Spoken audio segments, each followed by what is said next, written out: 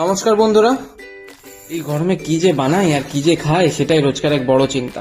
তাই আজ ভাবলাম ডাল তড়কা বানাই।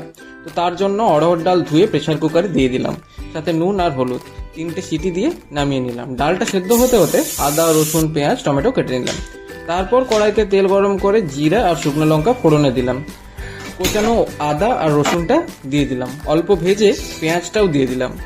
পেঁয়াজ, আদা, রসুন ভাজা হয়ে গেলে কুচানো টমেটোটা দিয়ে দিলাম। 5 মিনিট মতো ভেজে ঘরোয়া যে মশলাগুলো আছে, যেমন জিরে, ধনে, হলুদ আর কাশ্মীরি লঙ্কা গুঁড়ো, সেগুলোও দিয়ে দিলাম।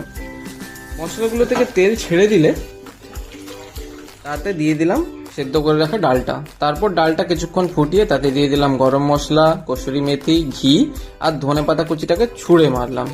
তারপর আর কি, হয়ে গেল ডাল রেডি, ধাবা স্টাইল তড়কা ডাল।